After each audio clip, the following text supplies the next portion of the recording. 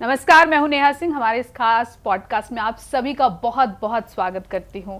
आज भी हम बात करेंगे डाइट को लेकर, लेकिन और भी कई महत्वपूर्ण मुद्दे उठाएंगे। इसके लिए हमारे साथ अतिया हब से सीनियर डाइटिशियन और कंसल्टेंट मौजूद हैं, डॉक्टर अलीना खान। तो आइए सबसे पहले उनका स्वागत करते हैं। मैम, बहुत बहुत स्वागत है आपका। थैंक यू मैम, जब मैं डाइट की बात करती हूँ या डाइटिशियन की बात करती हूँ तो सबको लगता है कि सिर्फ खाने की बात होगी, कुछ कम कुछ ज़्यादा कुछ बैलेंस।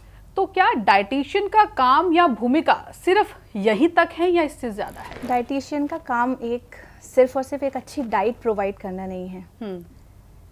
वो एक अच्छी किसी डिसीज़ के लिए थेरेपेटिक एक डाइट देता है। उसके साथ साथ पेशेंट को एजुकेट भी करता है कि उसको किस तरीके से उसको करना चाहिए, क्या अपनी लाइफ में चेंजेस करने चाहिए। वो सिर्फ और सिर्फ डाइट के थ्रू ही उससे कनेक्ट नहीं करता, पूरा उसका मेंटली उससे और इमोशनली कनेक्ट होता है। वो उसके क्या लाइफ स्टाइल है, वो किस तरह से अपनी ज़िंदगी को जी रहा है, क्या वो इंक्लूड कर रहा है अपनी लाइफ में, जिसकी वजह से उसके साथ जो प्रॉब्लम है वो आ रही है। वो सब जानने के बाद उसको उस तरीके से एजुकेट करना, क्या वो डाइट के अलावा भी वो किस तरह से अपनी लाइफ को चेंज कर सकता है, क्या हैबिट्स अपना सकता है जिससे कि उसका लाइफ और बेटर हो सकती है। तो ये सब काम भी एक डाइटिशियन का होता है। तो अगर हम आपको लाइफ कोच कहें तो ये भी गलत नहीं होगा, क्योंकि आप बताते हैं कि ज़िंदगी कैसे जीनी है बेसिकली। तो मैम, जिंदगी की बात हो रही है और दिल की बात ना हो, आजकल तो वैसे भी सैयारा मूवी चल रही है हर जगह, तो दिल की बात बहुत ज़्यादा हो रही है। तो आज मैं दिल के बारे में, हार्ट की बीमारियों से जुड़ी आपसे कुछ चीज़ें पूछना चाहूँगी। सबसे पहले तो आजकल हम देख रहे हैं, मतलब हार्ट की जो प्रॉब्लम है वो यंगस्टर्स में ज़्यादा हो रही है। पहले हम देखते थे 60s के बाद किसी में स्टंट डल रहा है या कुछ हार्ट में ब्लॉकेज आ रही है, बट आजकल उन लोगों में हो रहा है जो 30 to 40 के बीच में है, उन लोगों का जिनका हमने कभी सुना ही नहीं था। अभी कुछ दिन पहले मेरे एक दोस्त का फ़ोन आया, उन्होंने मुझे बताया, जो कि मेरी उम्र के हैं, जिन्होंने बताया कि मुझे लास्ट ईयर 5 स्टंट डले हैं। मैं खुद हैरान थी। तो कारण क्या है इसका? देखिए, अमेरिकन हार्ट एसोसिएशन के हिसाब से 4 में से 1 इंसान जिसको हार्ट अटैक हो रहा है वो 40 से नीचे की उम्र के हैं। अभी 2025 की रिसर्च है ये।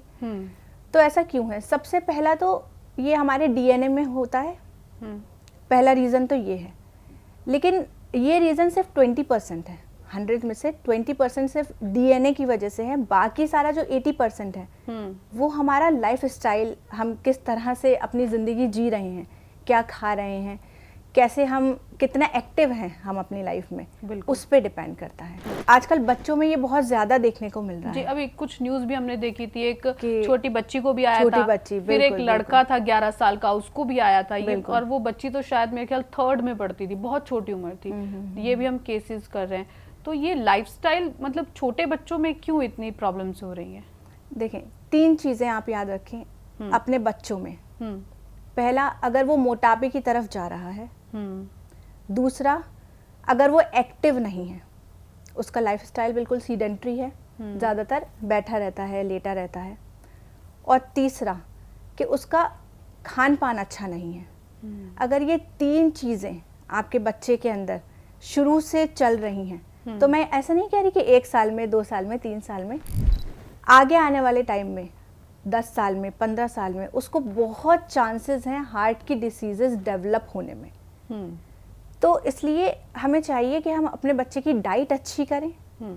नंबर 2, हम उसको एक्टिव करें। ये एक बहुत बड़ा मिथ है कि एक्सरसाइज जो है वो सिर्फ और सिर्फ वो लोग करते हैं या तो जिनको अपने मसल्स बनाने होते हैं बॉडी बिल्डिंग के लिए, या फिर जिनको कोई बीमारी होती है जी। लेकिन बच्चों को भी आजकल एक्सरसाइज की उतनी ही ज़रूरत है।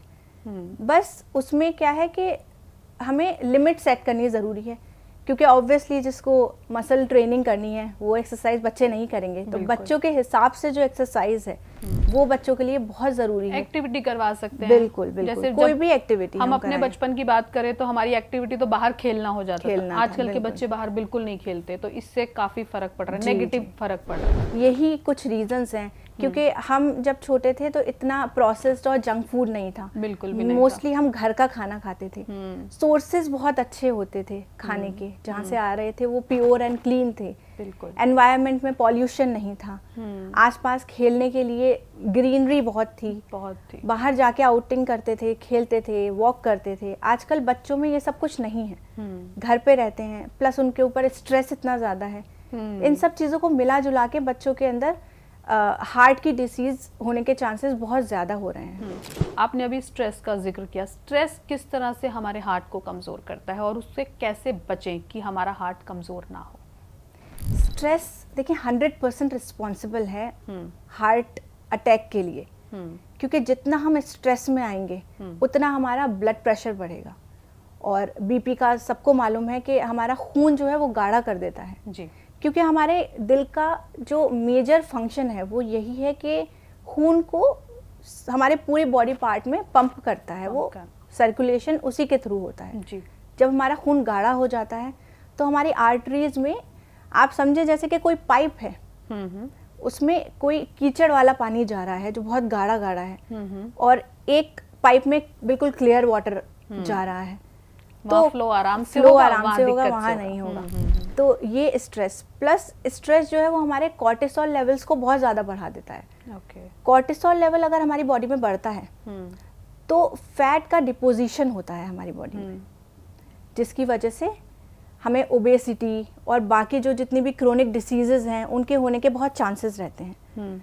तो इसलिए स्ट्रेस से हमें जितना अच्छा हो बचें उतना बचना चाहिए।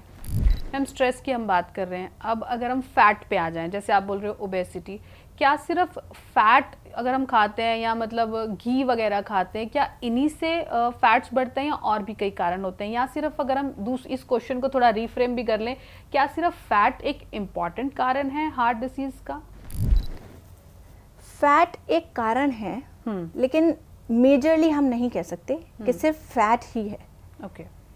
क्योंकि फैट मीन्स जो भी हम चिकना खा रहे हैं, चाहे वो हम अच्छा सोर्स से खा रहे हैं, चाहे हम जो अच्छा सोर्स नहीं है वहाँ से खा रहे हैं, लेकिन इसके अलावा भी बहुत सारे सोर्सेज हैं जिसकी वजह से हमें हार्ट की प्रॉब्लम्स होती हैं। जैसे अभी हमने बात की स्ट्रेस, दूसरा हम एक्टिव नहीं रहते, हमारा लाइफस्टाइल बहुत ही ज़्यादा सीडेंट्री है आजकल। तीसरा हमारा खाना बहुत ज़्यादा ख़राब हो गया है। फैट के अलावा हम खाने में अपने फैट लेते हैं, उसके अलावा जो बाकी चीज़ें हम खाते हैं, जो हम प्रोसेस्ड फूड खाते हैं, वो इतना ख़राब है कि हमें मोटापे की तरफ लेके जाता है, और जहाँ हमारे बॉडी में मोटापा शुरू हो जाता है वहाँ से सारी बीमारियाँ शुरू हो जाती हैं। फैट्स की हम बात कर रहे हैं, तो ये सैचुरेटेड फैट्स और अनसैचुरेटेड फैट क्या है, और क्या सैचुरेटेड फैट सच में इतना बुरा है जितना हम उसे सुनते हैं? क्योंकि हम सिर्फ सुनी सुनाई बातों पर भरोसा भी कर लेते हैं, आजकल हम सुन इतना रहे हैं। तो आप बताइए, क्या सच में इतना बुरा है? देखिए, सैचुरेटेड फैट वो होता है जो हमें एनिमल सोर्स से मिलता है। जैसे घी हो गया, और जितने भी एनिमल सोर्स से हमें मिलते हैं, बटर, ये सब चीज़ें। तो मैं कहूँगी कि सैचुरेटेड फैट इतना बुरा नहीं होता जितना ट्रांस फैट बुरा होता है। ट्रांस फैट जितना भी प्रोसेस्ड और ये बेकरी, केक्स और पेस्ट्रीज में होता है, और जितने भी पैकेज्ड फूड होते हैं उसमें ट्रांस फैट होता है। अगर आप सैचुरेटेड फैट लेते हैं जैसे घी या बटर, वो भी मॉडरेशन में, ऐसा नहीं कि आप बहुत ज़्यादा एक्सट्रीम ले रहे हैं। अगर आप मॉडरेशन में, जैसे कि 1 या 2 चम्मच के करीब आप यूज़ कर रहे हैं घी, तो उसमें कोई बुराई नहीं है। लेकिन ट्रांस फैट जो है वो सबसे ज़्यादा नुकसानदायक है हार्ट के लिए। तो मतलब बेकरी प्रोडक्ट्स बिल्कुल नहीं खाने चाहिए? बिल्कुल। प्रोसेस्ड या बाहर जो ऑयली और फ्राई चीज़ मिलती है, जो फ्राइड जितने भी आइटम्स मिलते हैं, वो सब बिल्कुल नहीं, क्योंकि वो ऑयल को एक ही ऑयल में बार बार फ्राई करते हैं, जो भी मार्केट में मिलती है, क्योंकि वो फिर एक बार फ्राई करने के बाद ऑयल डिस्कार्ड नहीं करते, उसी ऑयल में बार बार कई बार हम घर पे भी ऐसा करते हैं कि पूड़ियाँ बनाई, जो तेल बचा उसे कोशिश करते हैं कि चलो फेंके ना, डब्बे में रख लें, उसमें पराठे बना दिए, तो फिर वो भी नुकसानदायक है। बहुत बहुत ज़्यादा नुकसानदायक है। वो हमारे अंदर बॉडी में जाके इन्फ्लेमेशन करता है, हमारी आर्टरीज को ब्लॉक करता है, और जितना भी बैड, जो बुरे तरीके का फैट है हमारी बॉडी में, वो सब उसी से आता है। क्योंकि बार बार हम अगर ऑयल को हीट करते हैं तो एक तो उसके अंदर के जितने भी मिनरल्स हैं वो तो चले ही जाते हैं हाई टेम्परेचर पे हीट करने से, और बार बार करने से उसके अंदर कुछ ऐसे खतरनाक केमिकल्स डेवलप हो जाते हैं जो हमारी बॉडी में एज ए कैंसर काम करते हैं, और जितने भी हमारी बॉडी में कैंसर सेल्स हैं उनको फीड करते हैं। ओके, तो मतलब तेल रीहीट नहीं करना चाहिए, चाहे आप घर पे हैं चाहे बाहर है। कोशिश कीजिए जो दोबारा से गर्म किया हुआ तेल है उसे ना यूज करें। थोड़ा क्वांटिटी में आप अगर फ्राई कर रहे हैं तो क्वांटिटी बहुत कम लें कि वो वेस्टेज ना हो। मैम, आप ये बता रहे हैं कि इन चीज़ों से हार्ट अटैक होता है या प्रॉब्लम्स हो सकती हैं हार्ट से रिलेटेड, लेकिन पता कैसे चले, पता कैसे करें, कौन से टेस्ट हैं और वो टेस्ट कब करवाने शुरू करें, किस एज में करवाने शुरू करें? देखिए, मैं आपको बहुत अर्ली पहले सिम्टम्स बताती हूँ, बहुत अर्ली सिम्टम्स, जैसे चेस्ट पेन हो गया या लेफ्ट हैंड में कहते हैं यूजुअली कि पेन हो गया, तो इसके अलावा जो बहुत अर्ली सिम्टम्स हैं जिससे लोगों को पता ही नहीं चलता कि हमें आगे क्या हो सकता है।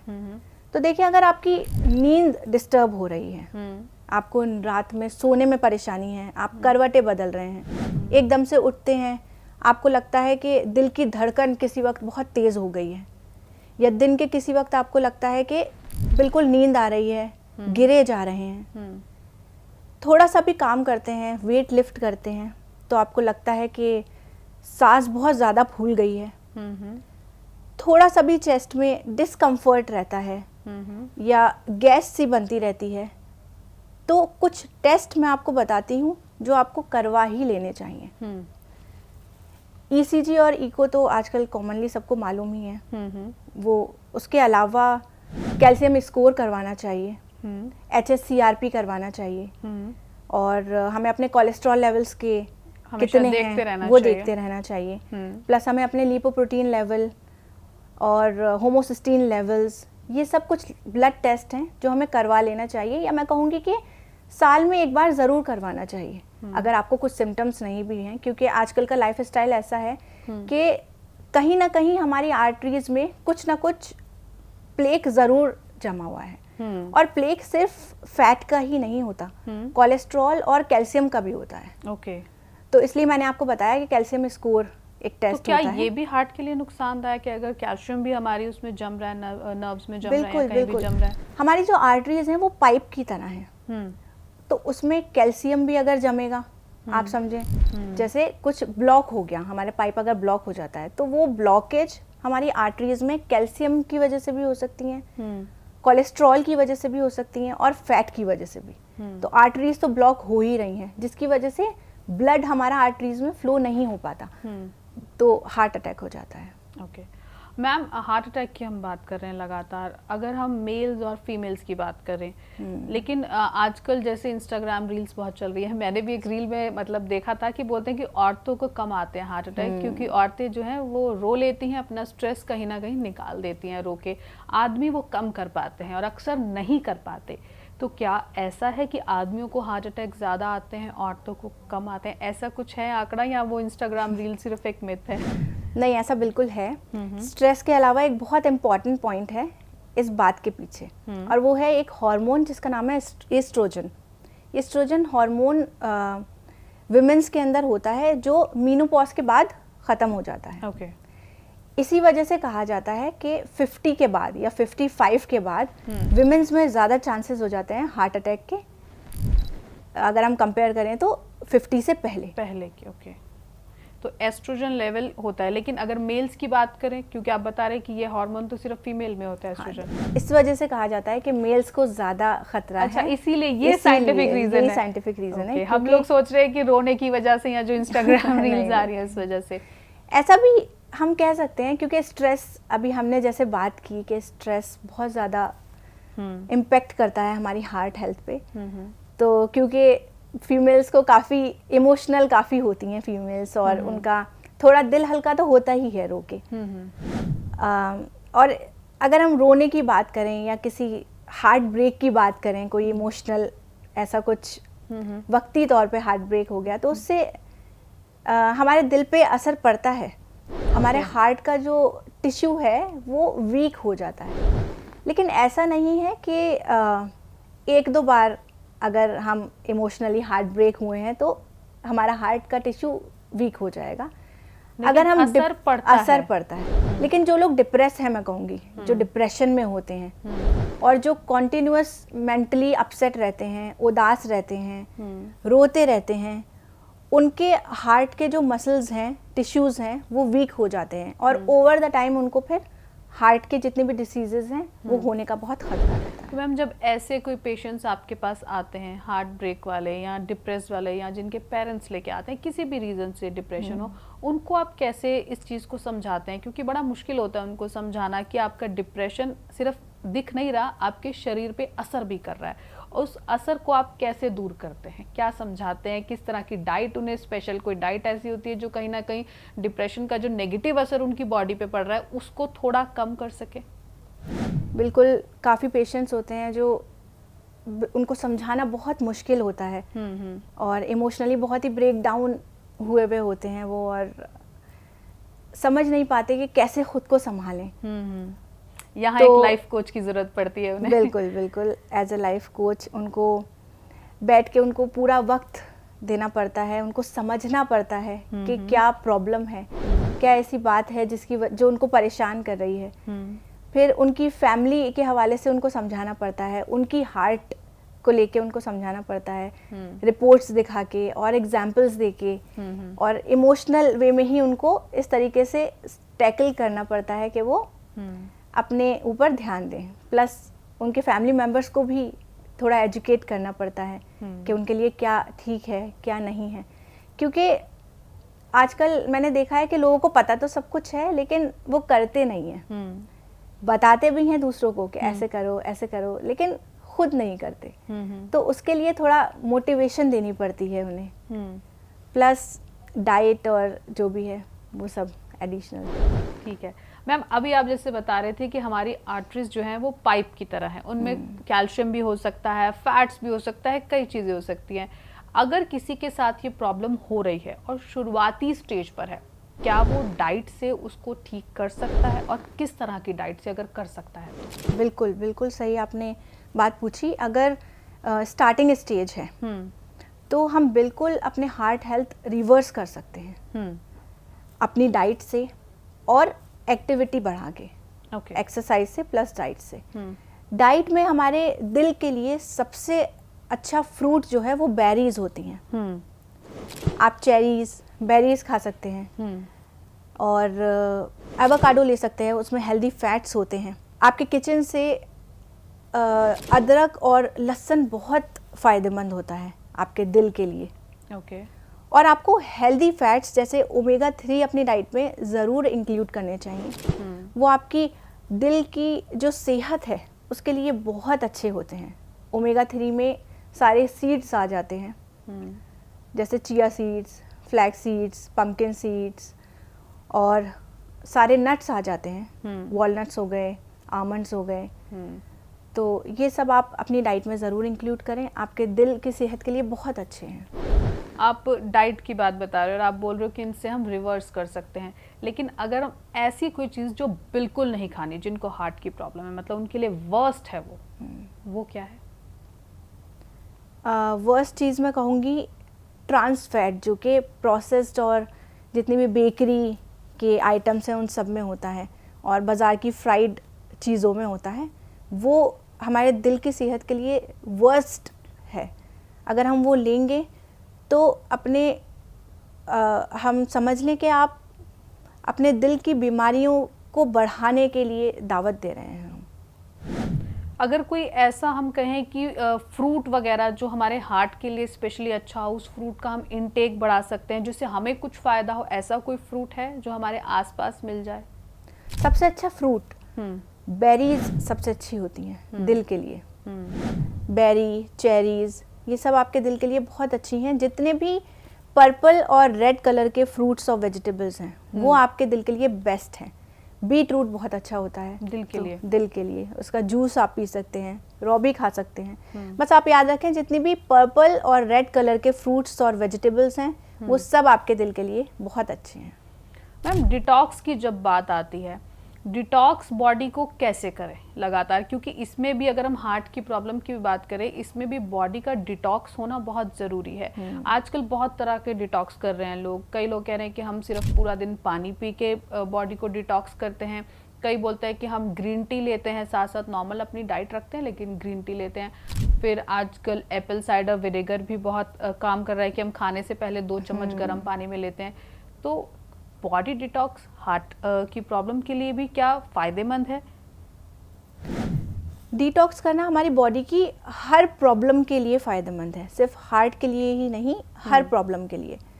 और सबसे अच्छा डिटॉक्स जो बॉडी करती है वो मैं कहूँगी कि फास्टिंग से करती है। सेल्फ क्लीन जिसमें बॉडी अपने को करती है। तो मैं सब अपने पेशेंट से कहती हूँ कि फ्रीक्वेंट मील्स ना लेके 2 से 3 लार्ज मील ले लें, ताकि हमारी बॉडी को अपने आप को क्लीन करने का टाइम मिले, जिससे हमारी बॉडी में जितनी भी बीमारियां हैं, जितनी भी टॉक्सिन्स हैं, ख़राब तरीके के सेल्स हैं, कैंसर सेल्स हैं, वो सब अपने आप ही हमारी बॉडी क्लीन कर पाए और अपनी बॉडी में से फ्लश आउट हो जाए। क्या हमारी बॉडी इतनी सक्षम है कि अपने आप को क्लीन कर लेगी? हमारी बॉडी को किसी भी तरीके की मेडिसिन की ज़रूरत नहीं है, अनलेस अनटिल के कोई क्रॉनिक डिसीज़ ना हो। ओके। अर्ली स्टेजेस में किसी भी डिसीज़ की अर्ली स्टेजेस में हम सिर्फ और सिर्फ डाइट से कोई भी बीमारी को रिवर्स कर सकते हैं। अगर क्रॉनिक हो गई है तो वो अलग बात है, उसमें आपको मेडिकेशंस की ज़रूरत पड़ती है, लेकिन इसमें ज़रूरी है अर्ली डायग्नोसिस की। अगर हमने कोई भी बीमारी, चाहे कोई भी बीमारी हो, उसको अर्ली स्टेजेस में डायग्नोस कर लिया है, तो आपको किसी भी दवाई की ज़रूरत नहीं है। आप सिर्फ और सिर्फ अपने लाइफस्टाइल से और अपनी डाइट से अपनी उस बीमारी को रिवर्स कर सकते हैं। अगर आज हम हार्ट की बात कर रहे हैं, हार्ट का अगर कोई पेशेंट है, उसके लिए एक बैलेंस डाइट क्या होगी? उसे कितनी बार दिन में खाना खाना चाहिए और उसकी प्लेट में क्या क्या होना चाहिए, जितने भी टाइम्स आप मील बताएंगे? जैसे मैंने आपको बताया कि फ्रीक्वेंट मील्स ना लेके 2 से 3 बड़े मील्स ले लें, ताकि आपकी बॉडी को अपने पे काम करने का मौका मिले, ताकि आपकी बॉडी के अंदर जितने भी टॉक्सिन्स हैं, जितनी भी बीमारियां हैं, वो सब फ्लश आउट कर सके। हार्ट पेशेंट की प्लेट के अंदर कार्ब्स लिमिटेड होने चाहिए। ओके। जो कि सिंपल नहीं, होल कार्ब्स होने चाहिए, जैसे मल्टीग्रेन या कीनुआ आप ले सकते हैं। ओके। प्लस प्रोटीन रिच होना चाहिए आपकी डाइट, जिसमें लीन प्रोटीन जिसको कहते हैं, जैसे कि वाइट प्रोटीन जिसे कहेंगे। और ये हमें किससे मिलेगा? टर्की या चिकन या फिश। और जो लोग वेजिटेरियन हैं? वेजिटेरियन जो लोग हैं वो टोफू और पनीर उनके लिए अच्छा सोर्स होता है प्रोटीन का। सोयाबीन के जो चंक्स होते हैं, सोयाबीन एक बहुत अच्छा सोर्स है प्रोटीन का। तो जो वेजिटेरियंस हैं वो ये ले सकते हैं, और नॉन वेजिटेरियन जो हैं वो वाइट मीट जैसे कि टर्की, चिकन और फिश ले सकते हैं। रेड मीट अवॉइड करना है और ऑर्गन मीट भी अवॉइड करना है, क्योंकि ऑर्गन मीट हमारे हार्ट हेल्थ के लिए बहुत ज़्यादा नुकसानदेह होता है। ऑर्गन मीट मतलब? जैसे लिवर, किडनी लोग खाते हैं, हार्ट भी लोग खाते हैं। Okay okay. तो वो सब अवॉइड करना है। प्लस हमारी डाइट फाइबर रिच होनी चाहिए। सिर्फ हार्ट के लिए ही नहीं, आपको कोई सी भी बीमारी है, आपको फाइबर रिच फूड खाना है। फाइबर हमारी बॉडी के लिए बहुत अच्छा काम करता है, हमारे पेट के लिए, हमारी बॉडी के इन्फ्लेमेशन के लिए फाइबर बहुत अच्छा है। प्लस हार्ट के लिए आपको हेल्दी फैट्स ऐड करने बहुत ज़रूरी हैं। अगर आप वेजिटेरियन हैं तो आप नट्स से या सीड से ले सकते हैं, और अगर आप नॉन वेजिटेरियन हैं तो आप फिश से ले सकते हैं। और आप कभी कभी ओमेगा 3 के सप्लीमेंट्स भी आते हैं, वो भी अपने डॉक्टर से पूछ के ले सकते हैं।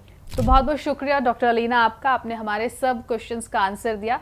तो इसी के साथ दर्शकों, मैं भी आपसे इजाज़त मांगती हूँ। फिर हाजिर होंगे एक नए प्रॉब्लम के साथ। लेकिन रुकिए, सिर्फ प्रॉब्लम ही नहीं, आपको सॉल्यूशन भी बताएंगे और सॉल्यूशन के साथ सही डाइट भी बताएंगे। नमस्कार।